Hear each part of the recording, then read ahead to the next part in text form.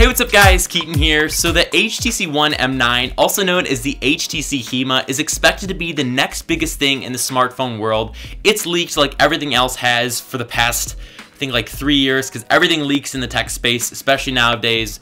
But the phone is expected to be debuted on March 1st at Mobile World Congress in Barcelona, Spain. So they did something similar with the HTC ONE M7, just the first HTC One, and they released a decoy unit, which was the 1X. They had all the internals from the ONE M7 in a 1X, and when it leaked, because everything gets leaked, you know, it didn't give away the surprise, and there was still something to look forward to on launch date, and they're doing the exact same thing with the M9. This isn't the M9, but what they're doing is they're putting the M9 specs in a body that looks very similar to the M8, and then when it unveils on launch date, we're gonna be in for a surprise. So yeah, let's go ahead and check it out. So for hardware and design, we're gonna see a similar style to the Nexus 6 and Nexus 9, with a glass display going from edge to edge, giving you a little bit more screen real estate, and then having the speakers embedded in the glass like we see on the Nexus 6, and I'm all for this. I love getting more screen real estate. It allows you to have a similar footprint to what you'd see with the Nexus 6 to the iPhone 6 Plus, but you get a little bit more screen real estate, and it just makes sense. Just the only thing I want to make sure of is the speakers on the M9 sound as good as what we'd see with boom sound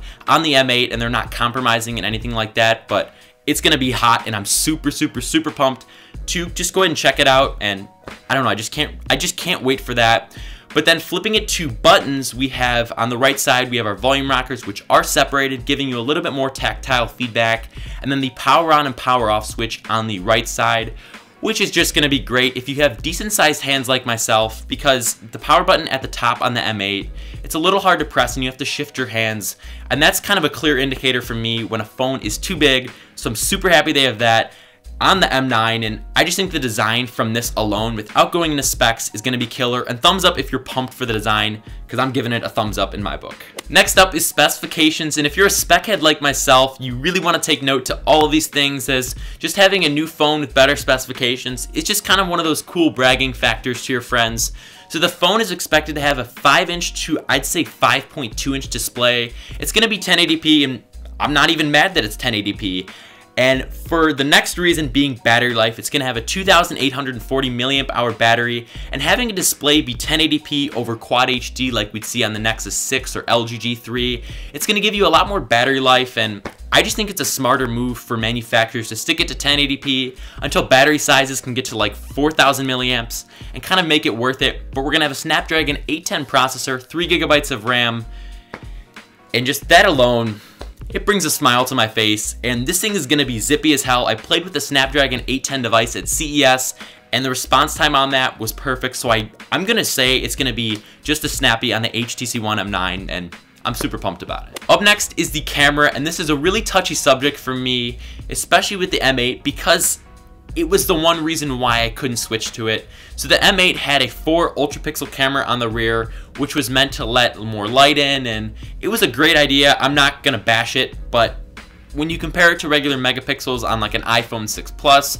Galaxy S5, anything like that, it's definitely clear they should have gone the megapixel route, and they are with the M9. So like, I'm super excited about that because I care so much about a good camera on a smartphone, and that's why I couldn't switch.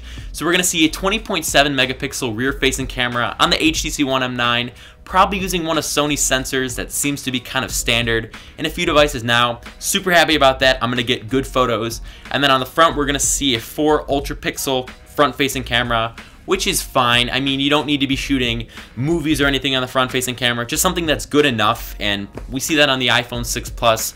But you don't know how pumped I am to have a good camera on the rear. And comment down below if you think having a better camera is gonna make this phone hard to beat, because I sure as hell think so it's gonna. I sure as heck think, wait, what? But comment below if you think having a better camera on the M9 is gonna make this phone hard to beat. And last but not least is software, something that I found really cool on the HTC ONE M8, and I'm pretty sure on the M9, it's not gonna disappoint me. So we're gonna see Android 5.0 Lollipop with HTC Sense 7 on there, and I'm kind of interested to see what HTC is going to come out with, as they wowed me with a lot of camera features last year. Not the camera itself, but just features with Zoe, things like that.